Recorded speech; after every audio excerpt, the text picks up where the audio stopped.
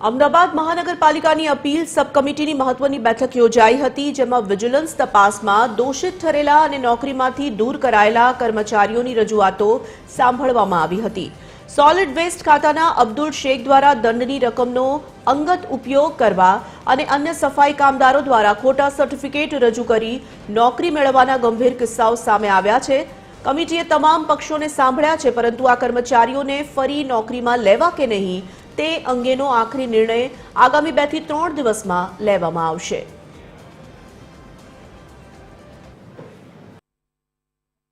આજ રોજ અપીલ સબ કમિટીની મીટિંગ મળી હતી, જેમાં 56 દયાની અરજી કરનારોને એ લોકોએ જે કરેલા જે આપણે વાત કરીએ કે